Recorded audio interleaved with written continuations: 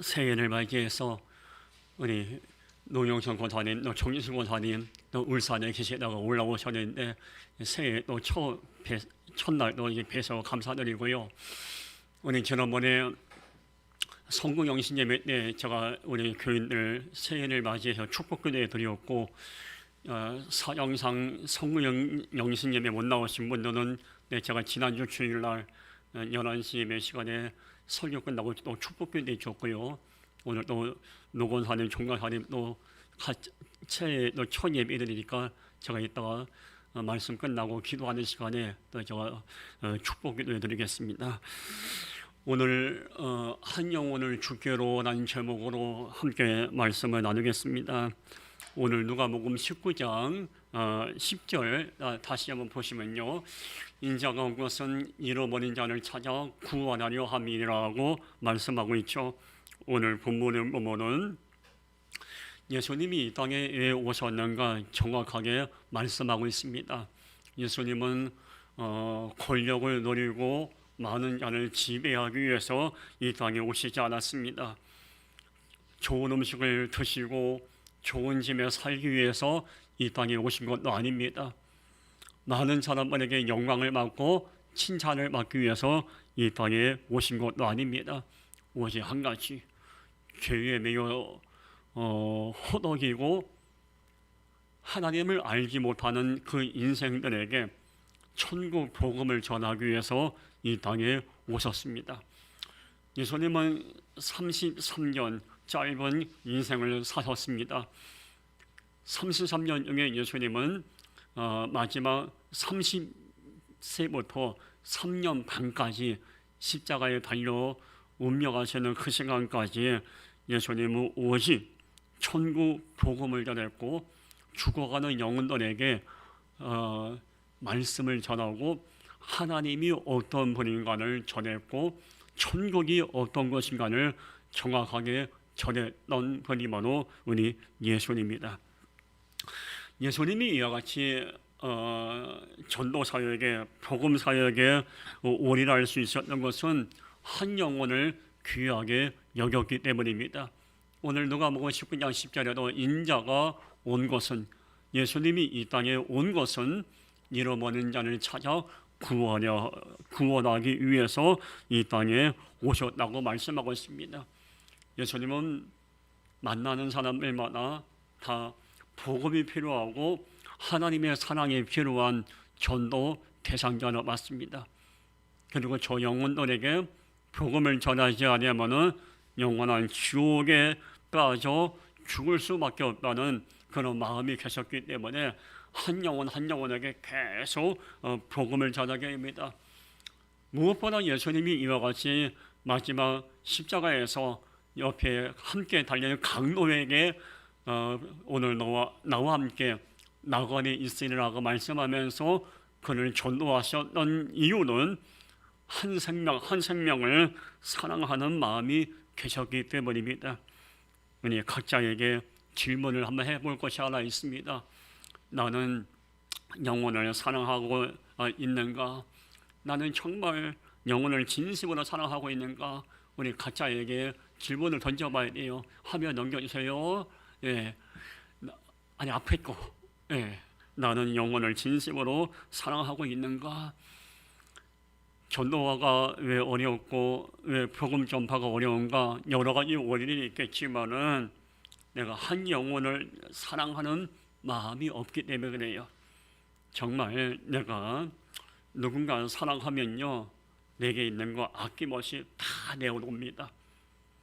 부모가 자식을 사랑할 때 계산을 앞세우고 사랑합니까? 내 자식이니까 대가를 받지 않고 계산하지 않고 다 내어놓죠. 예전에 우리 어머니 세대, 할머니 세대는 6.25를 일제 시대를 거치고 6.25를 거친 어려운 시대를 살아오셨던 분들이에요. 참 배고픔이 많았고 또 가난했던 시대였습니다. 그때 우리 어머니 세대들, 할머니 세대들, 우리 아버지 세대들은 당신들은 음식을 풍요롭게 못 드시고 좋은 옷은 입지 못해도 자식들만큼은 먹이고 옷을 입히기 원했던 분이 우리 부모들 세대예요. 왜 그럴까요? 당신들 입에 음식이 들어가지 않고 배는 고파도 내 자식만큼은 배부르게 먹이기 원했던 그 마음, 왜 그럴까요? 자식을 사랑하는 마음이 있었기 때문에 그래요. 자식을 사랑하기 때문에 나는 배고파도 내 자식만큼은 배부르게 하고 싶은 것이 그 사랑의 마음이에요. 정말 누군가를 사랑하고 누군가를 정말 내가 존경하고 아끼고 정말 누군가에게 진실된 마음으로 사랑한다면은 정말 내게 있는 것이 무엇이 되었는지 안에 다 내어놓습니다. 돈이 됐든 마음이 됐든 어떤 것이 되었든 다 사랑하는 이들에게 다 쏟아부어요. 예수님이 바로 그런 마음이 계셨던 거예요. 한 영혼 한 영혼을 사랑하는 마음이 계셨기 때문에 예수님은 자신의 인생 전체를 내어놓으셨고 마지막 자신의 피와 땀까지 생명까지 내어놓고 우리에게 천국 갈 수 있는 길을 알려주신 거예요. 지금 우리에게 필요한 게 뭘까요? 한 영혼을 진심으로 사랑하는 마음이에요. 내 남편, 내 아내, 내 부모, 내 자식, 아직까지 예수 믿지 않는 그 가족들, 잘못된 인생길로 가고 있는 그들을 진심으로 사랑하고 있다면 우리는 이렇게 침묵하고 있지 않아요. 정말 내 마음에 진심으로 사랑하는 마음이 있다면 가족 구원을 위해서, 친구와 이웃 구원을 위해서 정말 눈물로 기도합니다. 예수님은 3년 반 동안 공생의 기간을 지내면서 참 많은 사람을 만났어요. 그 많은 사람을 다 예수님은 왜 만났냐면은 그들에게 아까 말씀을 했지만은 복음을 전하기 위해서입니다. 오늘도 본문에 보면은 예수님이 삭개오를 만나는 장면이 나옵니다. 이 당시에 많은 사람들은 삭개오를 만나길 원했어요. 왜 만나길 원했냐면 삭개오는 세리장이었기 때문에 삭개오를 만나서 좀 뒤로 내분을 좀 갖다 바치면은 세금을 감면받을 수 있기 때문에 자기 이익을 위해서 삭개오에게 내분을 주기 위해서 많은 사람들은 삭개오를 만났습니다. 계산이 깔린 만남이었어요. 세금을 감면받기 위해서 삭개오를 이용해 먹기 위해서 만남을 갖게 원했어요. 삭개오는 오늘까지 그런 만남을 가져왔던 거예요. 근데 오늘 본문을 보면은 예수님도 삭개오를 만났는데 예수님은 세금을 감면받기 위해서 만나고자 한 것이 아니었습니다. 예수님은 삭개오를 위해서 자신의 어떤 이익을 얻기 위해서 삭개오를 만난 게 아닙니다. 오직 한 가지, 삭개오에게 복음을 전하기 위해서 오늘 예수님은 삭개오를 만나게 됩니다. 그러면 오늘 예수님이 만났던 그 삭개오는 어떤 자였기에 예수님을 만나길 원했는가? 그래서 삭개오와 같은 인생을 우리 인생을 알아야 돼요. 삭개오는 풍요 속에서 빈곤한 인생을 산 자입니다. 풍요 속에서 빈곤한 인생을 산 자. 오늘 누가복음 19장 2절 볼까요? 삭개오라 이름하는 자가 있으니 세리장이요 또한 부자라. 여기 보면은 뭐라고 기록되어 있죠? 삭개오를 어떻게 기록하고 있죠? 세리장이에요. 요즘 말로 하면은 세무서의 최고의 리더죠. 세무서 소장. 얼마나 이 당시에 세리장이었기 때문에 권력이 있었겠죠. 세리장, 이 당시에 세리장이면은 자기 마음대로 국민들 세금을 자기가 마음대로 이제 조종할 수 있어요. 이 사람한테 100만 원의 세금을 받으면 되는데 세리장은 200만 원, 300만 원 곱으로 싸기를 해서 착취할 수 있는 힘이 있었던 자가 바로 세리장이었어요. 그러니까 그 삭개오는 자기가 갖고 있는 이 세리장이라는 권력을 선용하지 않고 내분을 받고 비열한 방법으로 돈을 버는데 권력을 남용합니다. 얼마나 돈을 많이 모았겠어요? 그러니까 뭐라고 기록되어 있습니까? 19장 2절에 부자라. 이 19장 2절에는 부자란 원뜻을 보니까 차고 넘치더라는 뜻이 있어요. 그러니까 세리장은 삭개오는 돈이 차고 넘칠 정도로 넉넉한 인생이었어요. 근데 삭개오에게 문제가 있었어요. 삭개오는 세리장으로 권력이 있었고 또 부자였고 겉으로 보기에는 정말 성공한 인생이었어요. 사람들 볼 때도 삭개오를 볼 때 삭개오를 저 나쁜 놈이야, 세금을 착취한 놈이야, 저 못된 놈이야, 사람 보는 삭개오를 비난하고 경계했지만은 삭개오가 갖고 있었던 권력과 이 돈에 대해서는 부러워했던 겁니다.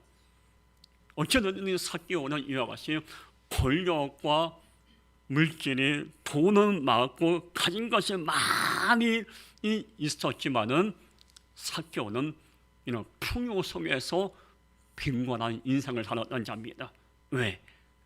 아까 말씀을 했지만 사람들이 삭개오를 찾아올 때 사랑하는 마음으로 축복하는 마음으로 찾아온 게 아니에요.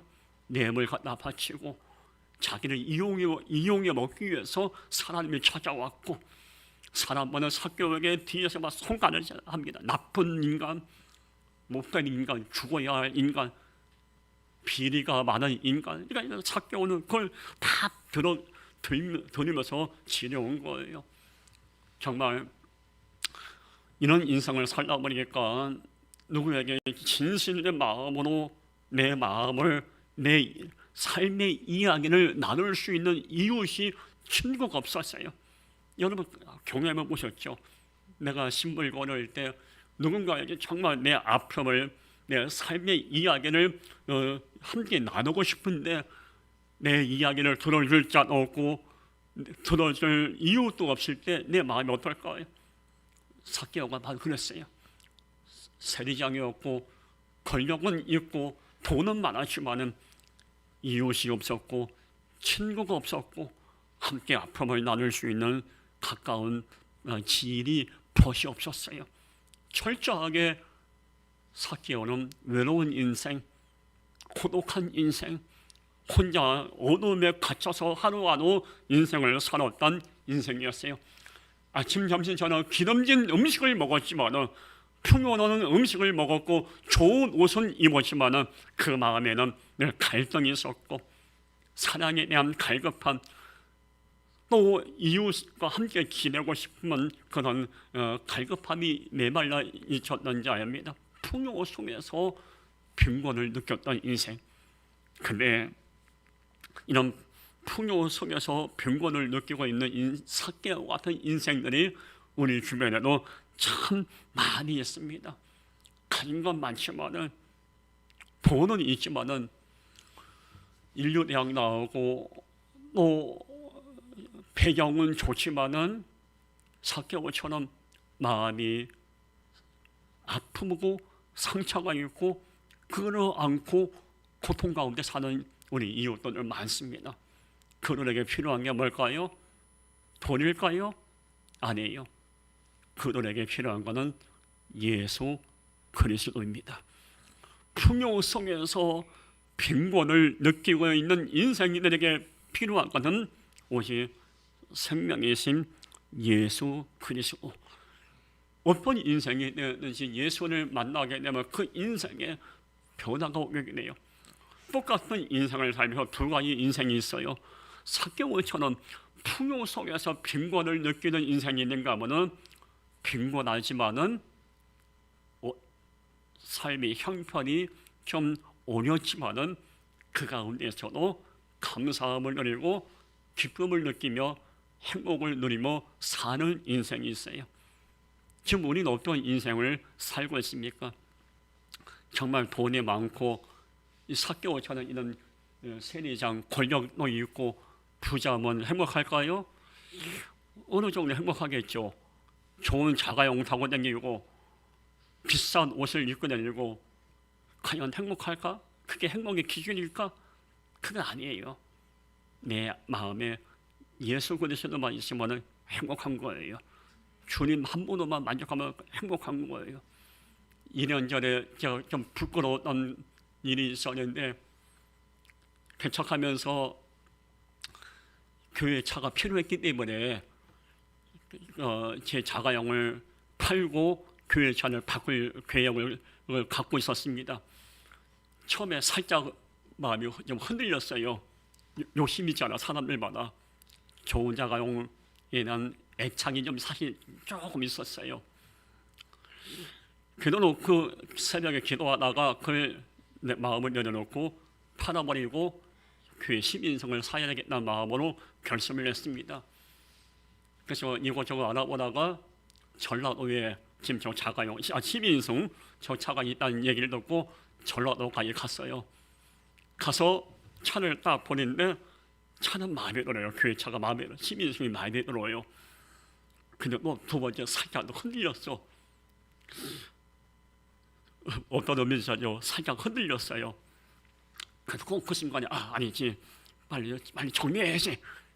그래서 그 자리에 그냥 계약해버리고 먼저 자가용을 져버리고 저 시민증을 끌고 전라도에서 한 2시간 반 정도 끌고 이제 오는데 끌고 온 게 아니에요. 전 그냥 제 차를 주고 계약을 하고 타고 왔고 그 차는 이틀인가 3일을 왔죠.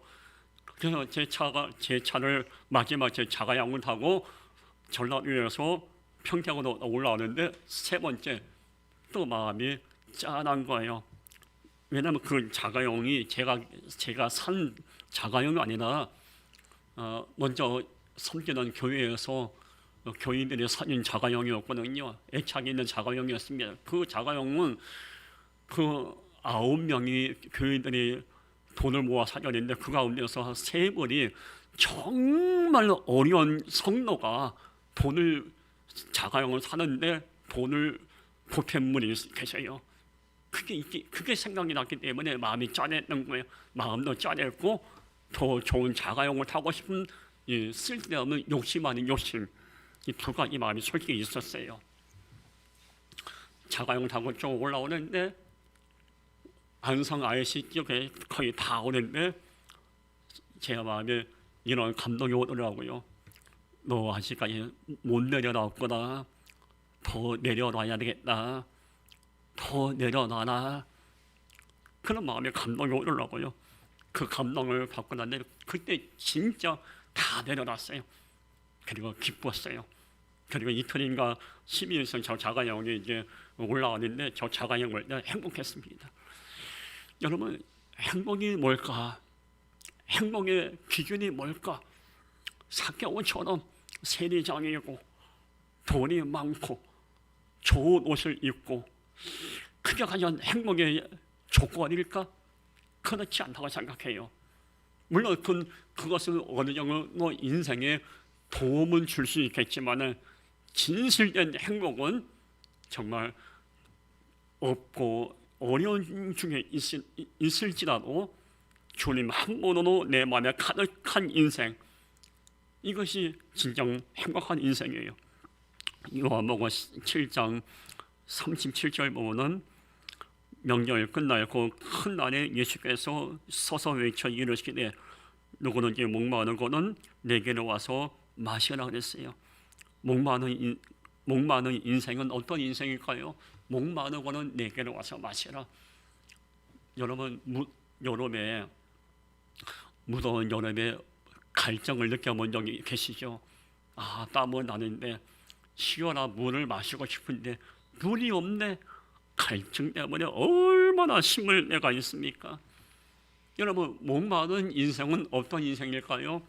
삭개오처럼 가진 것은 많지만은 풍요 속에서 빈곤을 느끼는 인생이에요. 배신당한 인생, 상처받은 인생, 버림받은 인생입니다. 이 목마른 인생은 내 시몬은 아무것도 알 수 없는 인생이에요. 인생의 강풍을 만나서 힘든 시간을 보내고 있는 인생이고, 자산을 생각할 수밖에 없을 만큼 어려운 삶을 살고 있는 이들이 목마른 인생이에요. 이 목마른 인생들에게 예수님은 말씀하십니다. 내게로 와서 마시라. 내게로 와서 마시라는 얘기 뭡니까? 내게로 와서 다 메우라는 얘기예요. 우리 그리스도인들의 사명은 이 목마른 인생들에게 복음을 전하는 거예요.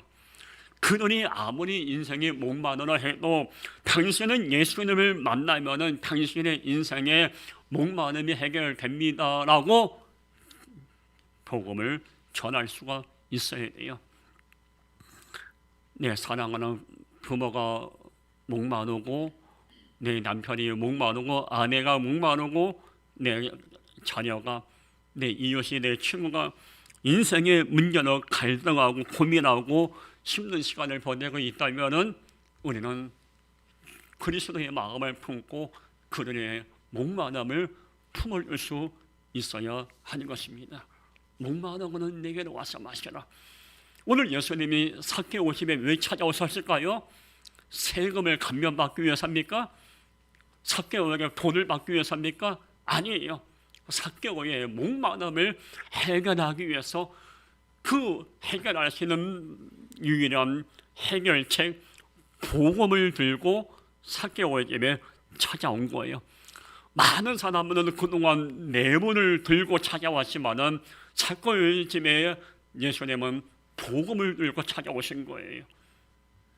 요한복음 8장 32절 보면은 진리를 알지니 진리가 너희를 자유롭게 하리라. 진리가 누굴까요? 예수 그리스도죠. 진리를 알지니 진리가 너희를 자유롭게 하리라. 아무리 인생이 무너진 자라 해도 예수님을 만나면 자유함이 임합니다. 상처받은 자 예수를 만나면 치유받고, 버림받은 인생도 예수님을 인격적으로 만나면 인생을 새롭게 시작할 수가 있습니다. 예수님만이 우리의 인생을 매임을 풀어주고 자유함을 주실 수 있는 유일한 분이에요. 우리는 그분을 전해야 돼요. 사도 바울 예수님 만나기 전에 그도 매여있는 인생이었어요. 소경 바디메 오는 눈을 앞을 보지 못했어요. 오늘 삭개오는 풍요 속에서 빈곤을 느꼈던 자입니다. 피를 쏟았던 여인, 중풍병에 걸렸던 인생들, 수많은 이들이 예수님 만나기 전에는 자유가 없었고 삶의 의미가 없었고 기쁨이 없었던 그런 이들이었습니다. 그러나 그들이 예수님을 만난 이후에 죄의 문제가 해결되고 그동안 느끼지 못했던 자유와 위로와 회복을 경험하게 됩니다. 예수님은 바로 그런 분이에요. 물론 여러분 인생 가운데 힘들고 어려운 일이 없어야겠지만은 혹시나 인생 살아가다가 어려움의 순간을 만나고 고통의 순간을 만날 때 예수 앞에 나와서 무릎 꿇고 엎드리십시오. 무릎 꿇고 두 손을 꿇고 엎드린다면 예수께서는 여러분의 마음을 어루만져 주실 것이고 여러분의 눈물을 닦아줄 것이고 여러분의 마음에 자유와 위로와 회복을 허락해 주실 거예요. 우리 주변에 소망이 끊어진 인생을 살아가는 일들이 참 많이 있습니다. 그들에게 우리는 예수를 전하고 복음을 전해야 하는데 왜 그걸 알면서 왜 그들에게 복음을 전하고 예수를 전하지 못할까? 아까 말씀드렸지만 그들을 사랑하는 마음이 없기 때문에 그래요. 진짜 진심으로 사랑한다면은 복음 전합니다. 내 가족과 이웃과 친구가 예수님을 알지 못하고 죄에 매여 살아가는 모습을 계속 방치한다면 영적인 직무유기의 죄를 범하는 것입니다. 그걸 알아야 돼요. 직무유기, 영적 직무유기를 우리는 범해서는 안 되는 것이죠. 아직까지 내 가족 가운데서 예수를 알지 못하는 거예요. 나와 함께 기쁨의 시간을 보내는 내 친구가 예수를 알지 못하고 나와 함께 지금 이 땅에서 음식을 나누고 기쁨을 나누고 행복을 누리고 지금은 좋을지 모르겠지만은 내가 그들을 방치하고 복음을 전하지 않고 전도하지 않는다면은 그러다 보면 우리들의 삶이 이 땅에서 삶이 끝난다면은 나는 구원받았기 때문에 천국을 갈 수 있겠지만은 방치됐던 그들은 지옥에서 영원 동안 고통당하는 거예요. 그러면 그들이 지옥에 갈 수밖에 없는 이유는 물론 그들이 예수를 영접하여 하는 이유는 있지만은 오랜 세월 나와 함께 먹고 마시고 즐겁게 지내고 행복하게 지냈던 그 친구와 가족들에게 예수 믿어야 한다고 복음을 전하지 않았던 영적인 직무유기를 보면 나 때문에 그들이 지옥에 간 거예요. 오늘 그걸 알아야 해요. 오늘 사교는 어떤 자일까요? 두 번째 사교는 열등감과 상처에 매여 산 자예요.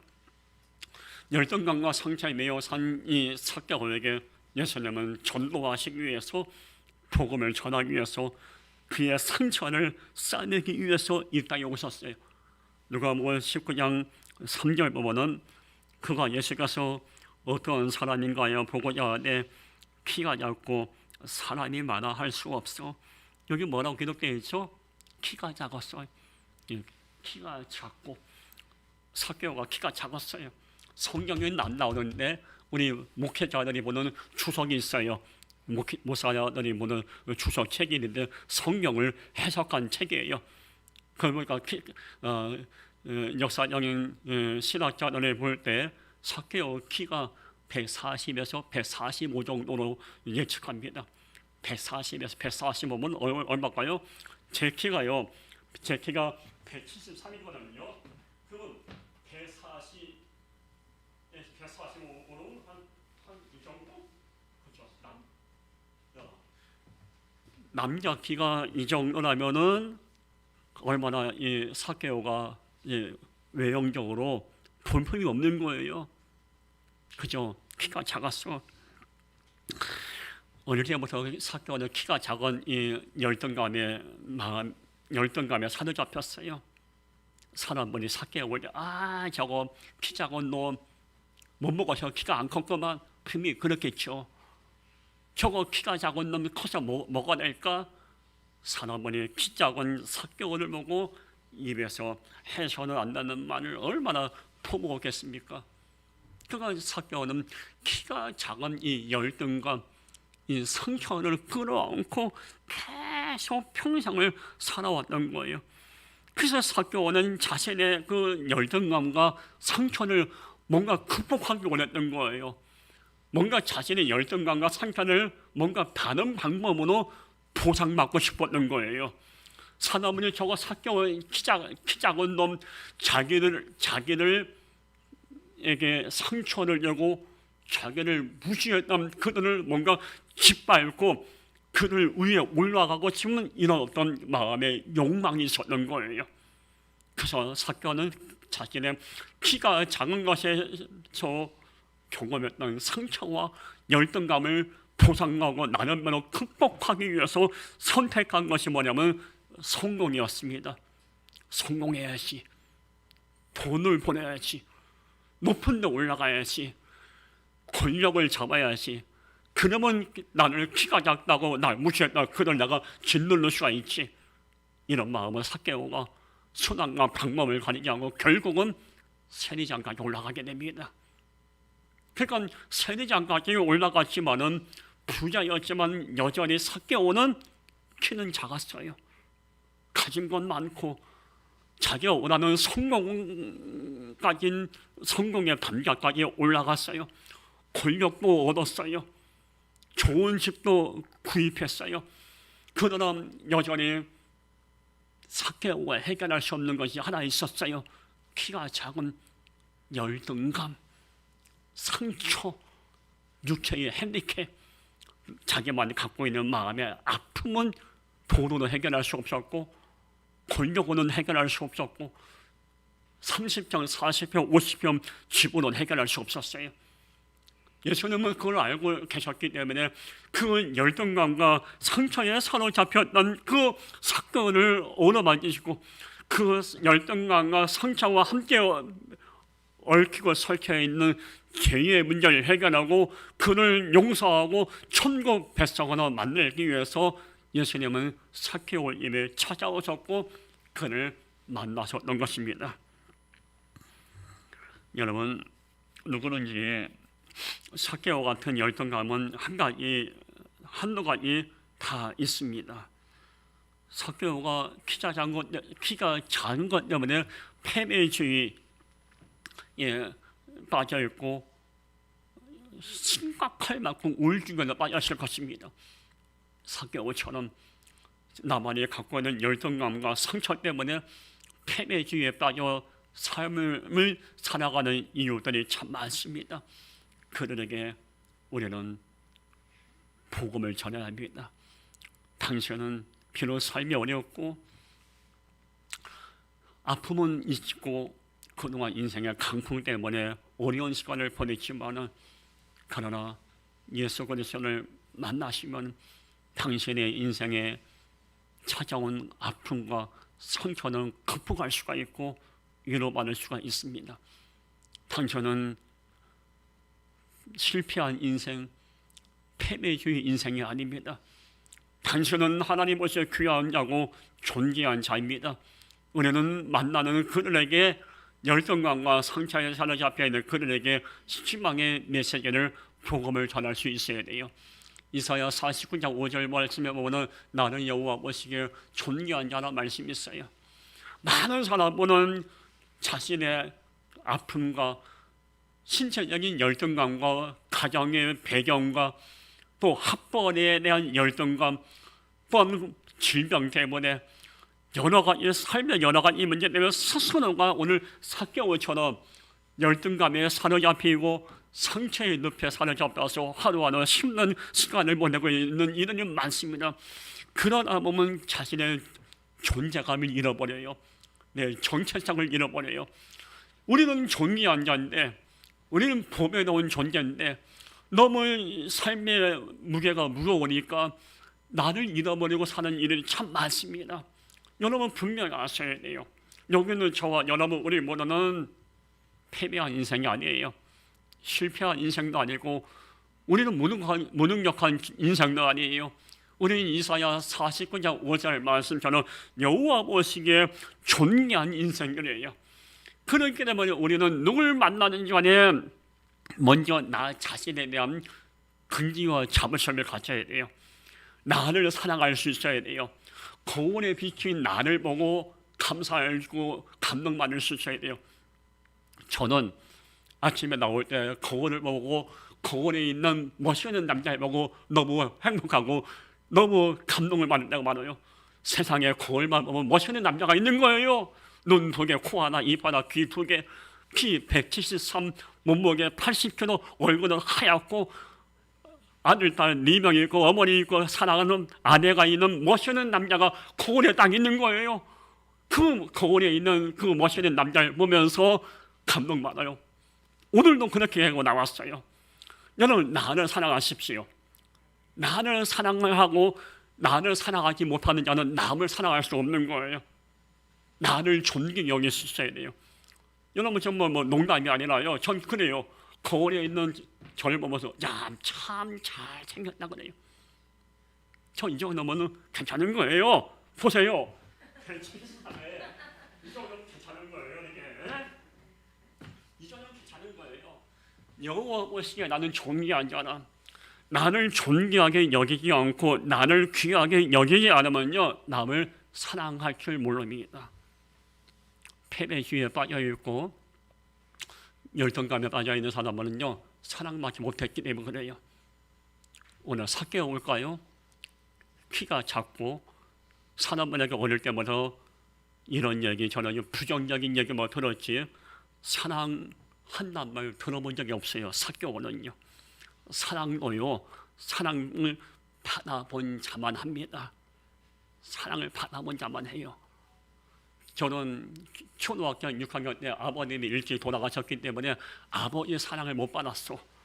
그래서 저는 총각 때 결혼하면 내가 결혼해서 애기 나면은 애를 나면은 정말 아버지 사랑을 다 부어줘야지 그런 마음 갖고 있었어요. 결혼했어요. 애기를 낳았어요. 애를 낳았어요. 지금도 나는 바로 아버지의 사랑을 받지 못했던 나였지만은 그러나 아버지의 사랑을 막 부어주고 싶은 마음이 제 마음에 있는 거예요. 나를 사랑하지 못하면은 사랑을 받아보지 못하면은 사랑할 수 없는 거예요. 오늘 사개오의 문제 뭐였냐면요, 돈은 있고 권력은 있었지만 사랑받지 못했기 때문에 키가 작은 것에 대한 열등감에 빠져 있었던 인생이었어요. 그 인생에게 예수님을 찾아오셔서 너는 존귀한 자라라고 사개오의 존재감을, 정체성을 회복시켜 주십니다. 여러분, 여기는 저 우리 보는 존귀한 자예요. 이사야 43장 4절 보면은 네가 내 눈에 보배롭고 존귀하며 내가 너를 사랑하였은즉 내가 내 대신 사람을 내어주며 백성들이 내 생명을 대신하리니. 여러분, 하나님이 우리를 보배롭게 여기고 존귀하게 여긴다고 말씀하고 있는데 왜 사개오처럼 열등감에 빠져 삽니까? 분명히 이사야 43장 4절에 내가 너를 사랑하였으니 하나님이 우리를 사랑하신다는데 왜 비관적인 생각이 되어 삽니까? 여러분, 이사야 43장 4절 마음에 품고 나를 보배롭게 여기고 나를 사랑하시는 하나님이 내 아버지이시니까 키가 작으면 좀 어떻고 좀 가난하면 어떻고 좀 병들었으면 어떻고 한놈을 실패했으면 어떻습니까? 나를 보배롭게 여기고 나를 존귀하게 여기시는 아버지 하나님이 내 인생을 회복시켜 주실 건데 우리 왜 눈에 보이는 현상만 바라보고 물으십니까? 그러므로 우리는 끊임없이 나를 사랑할 수 있어야 되고 너 남에게 사랑을 베풀고 당신은 존귀한 자입니다. 당신은 사랑받기에 태어난 사람입니다. 당신은 귀한 자입니다. 끊임없이 사랑의 고백을 해줄 수 있어야 합니다.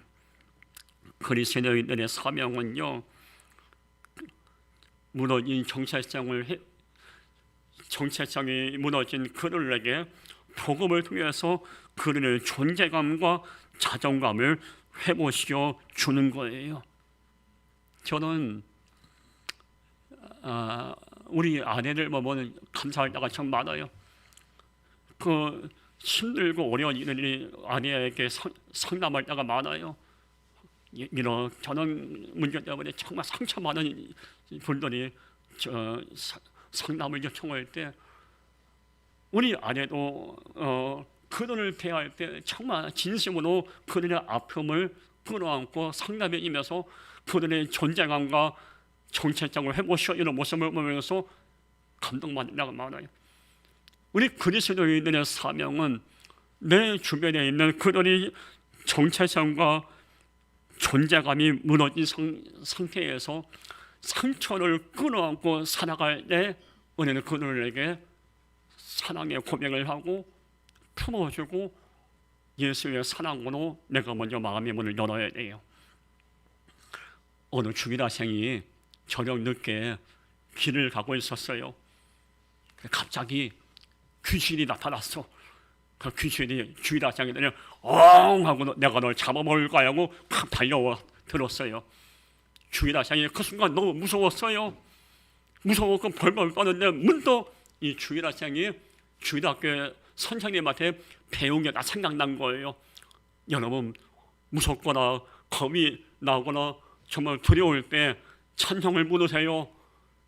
그러면 찬송을 부르면 마음에 평화가 임할 거예요. 그 선생님의 말씀이 생각나서 이 주일학생이 그 순간에 손을 딱 내밀고 당신은 사랑받기에 태어나서 이 찬양을 한 거예요. 당신은 사랑받기 위해 태어난 사람. 귀신이 그 얘기를 찬양을 듣는 그 순간에 엉하고 달려드는 그 순간에 귀신이 딱 멈춘 거예요. 당신은 사람 학교에 태어난 사람?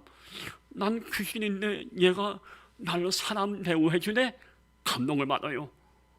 이 귀신이 한 번도 사랑이란 단어를 들어본 적이 없는데 이 꼬맹이가 나한테 당신은 사랑받기 위해 태어난 사람이라고 내 존재감을 확 회복시키는 거예요.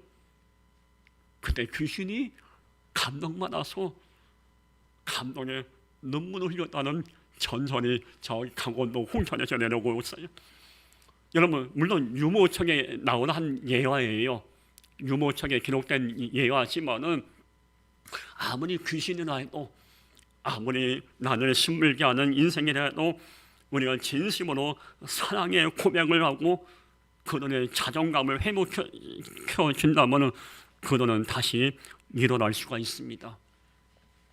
디모데후서 4장 2절 보면은 너는 말씀을 전파하라. 때를 얻든지 못 얻든지 항상 심지어라. 범사의 오래 참음과 가르침으로 경착하며 경계하며 고난하였어요. 말씀을 전파하라고 하나님 우리에게 명령하십니다. 근데 말씀을 전파하면서 항상 쓸쓸하라고 말씀하고 있습니다. 교회와 성도는 힘든 인생을 살아가고 있는 그들에게 복음 전파에 힘을 쓰는 거예요. 사개오 집에 찾아오셨던 예수님은 정말 온 힘을 다해서 진심을 다해서 사개오에게 복음을 전합니다. 그래, 여러분 아시지만 누가 오늘 본문에 보면 한 번은 예수님은 사개오에게 하나님 믿고 천국 백성이라는 이런 원색적인 복음을 전하지 않았어요. 예수님은 어떻게 복음을 전하는지 아십니까? 그저 사개오의 이야기에 귀를 열고 들어주셨고 사개오의 손을 잡아주셨고 사개오와 함께 식당에서 음식을 나눠줬고 사개오의 아픔에 공감했어요. 이게 어찌보면 원색적인 복음 전파보다 더 강력한 에너지가 있는 전도의 방법이에요. 물론 예수 믿고 예수 믿는 세계라는 이 복음 전도도 역사가 일어나겠지만은 예수님의 사개오를 대하듯이 아무 말 하지 않고 손을 잡아주고 곁에 있어주고 그가 눈물 흘릴 때 함께 눈물 흘려주고 품어주고 들려주고 함께 그의 마음의 아픔을 공감해주는 것, 이게 바로 말씀을 전하는 거예요. 이게 전도의 방법이 아름다운 방법이에요. 항상 심수라 한 영혼 한 영혼에게 이와 같이 사랑과 복음 전파 사역에 힘을 쓸 수 있어야 돼요. 오늘 우리 교회 평화가 한 영혼을 죽게 됩니다. 앞으로 제가 몇 주 계속 전도에 대한 말씀을 전하면서 이제 우리 전도 사역을 어떻게 할지 제가 계속 여러분께 말씀을 전하면서 제시해 드리겠습니다. 여러분 여기는 정말 우리 보러 정말 한 영혼을 귀하게 여기고 죽게도 돌아오게 하는데 우리가 마음을 다해야 될 줄 믿습니다. 기도하겠습니다. 거룩하신 하나님 아버지, 한 영혼을 죽게도 돌아오게 하는 이 거룩한 사역에 우리가 마음을 모으게 하옵소서. 감사하시 예수님의 이름으로 기도하옵나이다. 아멘.